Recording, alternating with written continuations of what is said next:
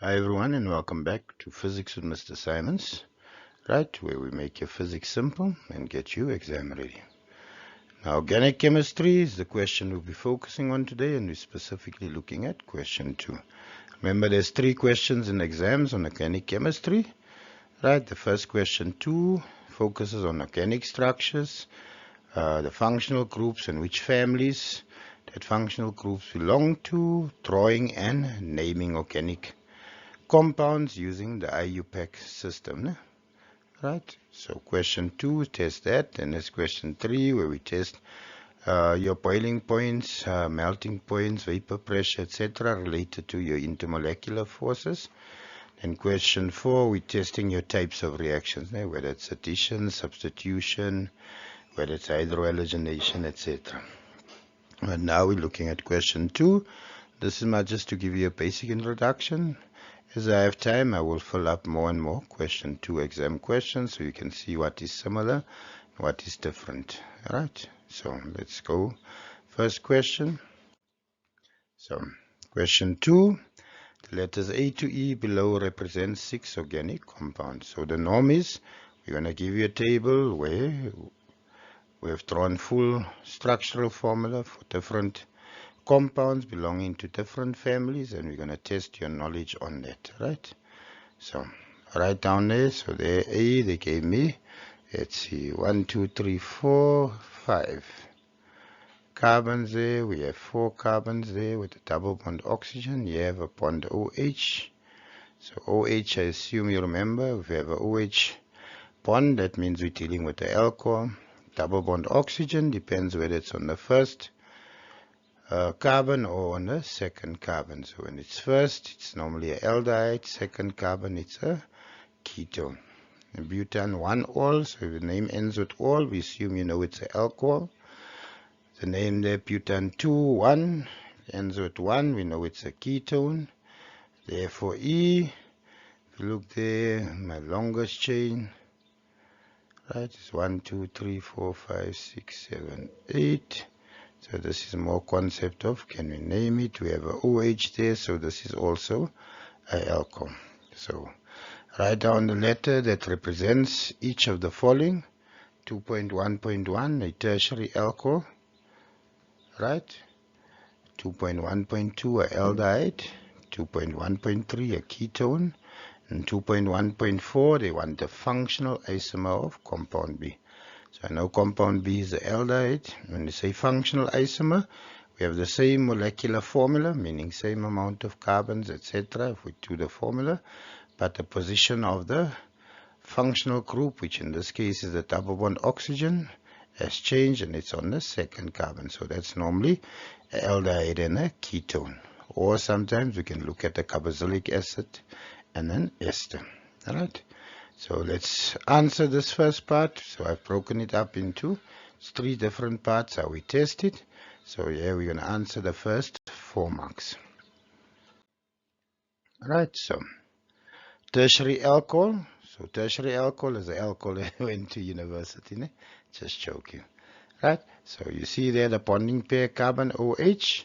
For it to be a tertiary alcohol, that must be bonded to 3 different other carbons. So there, COH there is bonded to this carbon, number 1, bonded to that carbon, number 2, and bonded to the third carbon here at the bottom. So therefore, that's considered a tertiary alcohol. That was just bonded to 2 carbons, then it would be called a secondary alcohol. If it's only bonded to 1 carbon and nothing else, then it's called a primary alcohol. Right? So therefore, the tertiary alcohol here is A. So I hope you follow there. We have COH bonded to 1, 2, 3 carbons. Aldehyde, in the aldehyde we have a double bond oxygen and it normally falls on the first carbon. So there's my double bond oxygen. It's on the first carbon, therefore P forms my aldehyde. Ketone, as I said here, they haven't drawn one, but the name ends with 1. So there T, butane 2,1 would be my ketone. Then a functional isomer of an aldehyde will always be a ketone, so therefore aldehyde and ketone B. The aldehyde, remember aldehyde, the first letter is A, right? So therefore the double bond is also on 1. So first letter, first carbon, double bond oxygen. Ketone that you see there, that double bond oxygen would be on the second carbon and not the first one. Right? So I hope you follow and you understand.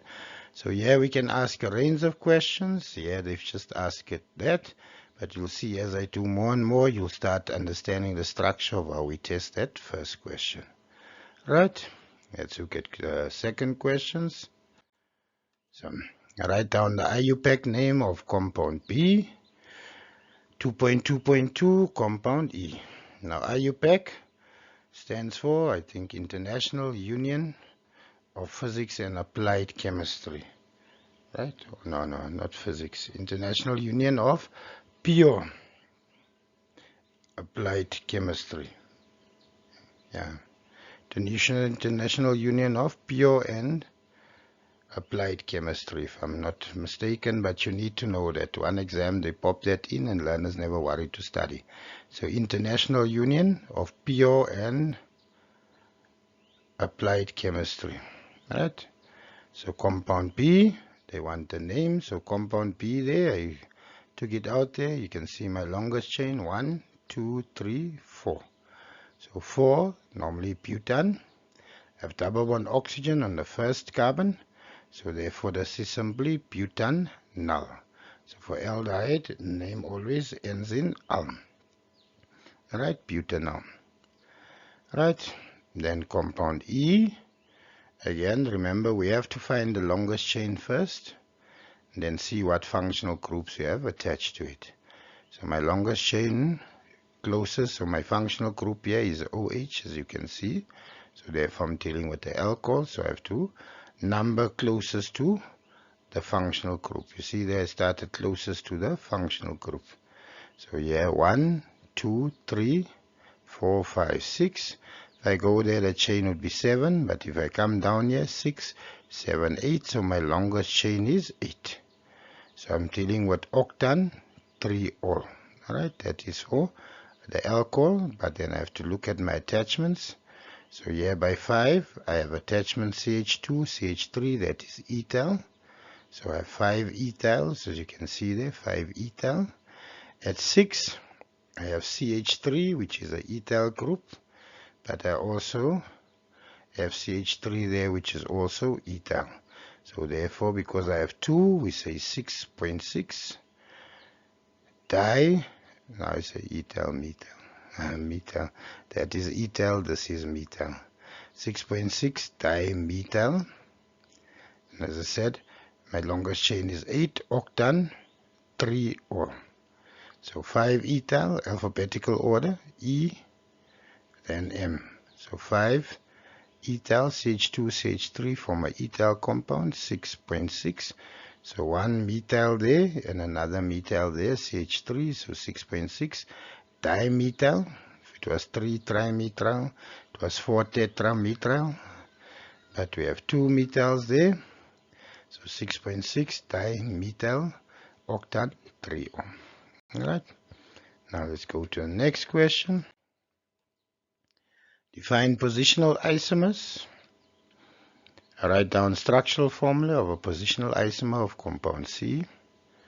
2.4.2, we want compound D, so I want you to write the structural formula for my ketone and then the organic acid that will react with compound C to form butyl propanoate. Right? So let's answer the question. So positional isomer, so as soon as I use the word isomer, it's normally compounds with the same molecular formula. That part there, you shouldn't lose that 1 mark. But now we have different positions of the functional group on the parent chain. Right, so that is positional isomer, 1 for same molecular formula, second mark for different positions of the functional group. So structural formula of positional isomer of compound C. So compound C is butan 1-ol, right?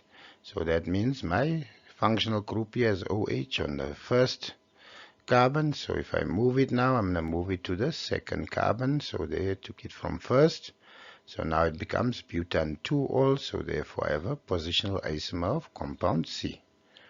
Right? Then they want me to draw compound T, so butan means I'm dealing with 4 carbons. 1, 2, 3, 4. 2, 1, so 1 there means I have a double bond oxygen, but on my second carbon. So there, double bond oxygen on my second carbon, and therefore I have butan 2-1. Now remember, my carbon around carbon, I have normally 4 covalent bonds, so there's 1, 2, 3, 4. 1, 2, 3, 4. 1, 2, 3, 4.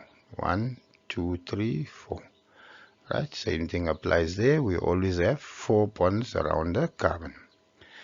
Right, now they say the organic acid that will react with compound C to form, should read butyl propanoate. Right, so my organic acid, 1, 2, 3 carbons. Alright, double bond oxygen, single bond OH, and this forms which carbonic acid or carbolic acid? That is 1, 2, 3 propanoic acid. So the acid always comes from the noate, so propanoic acid. It's acid with alcohol on to form a ester, right? So there, propanoic acid, 3 carbons, double bond oxygen, single bond OH. So I hope you follow. I hope you enjoy the lesson. God bless. Bye.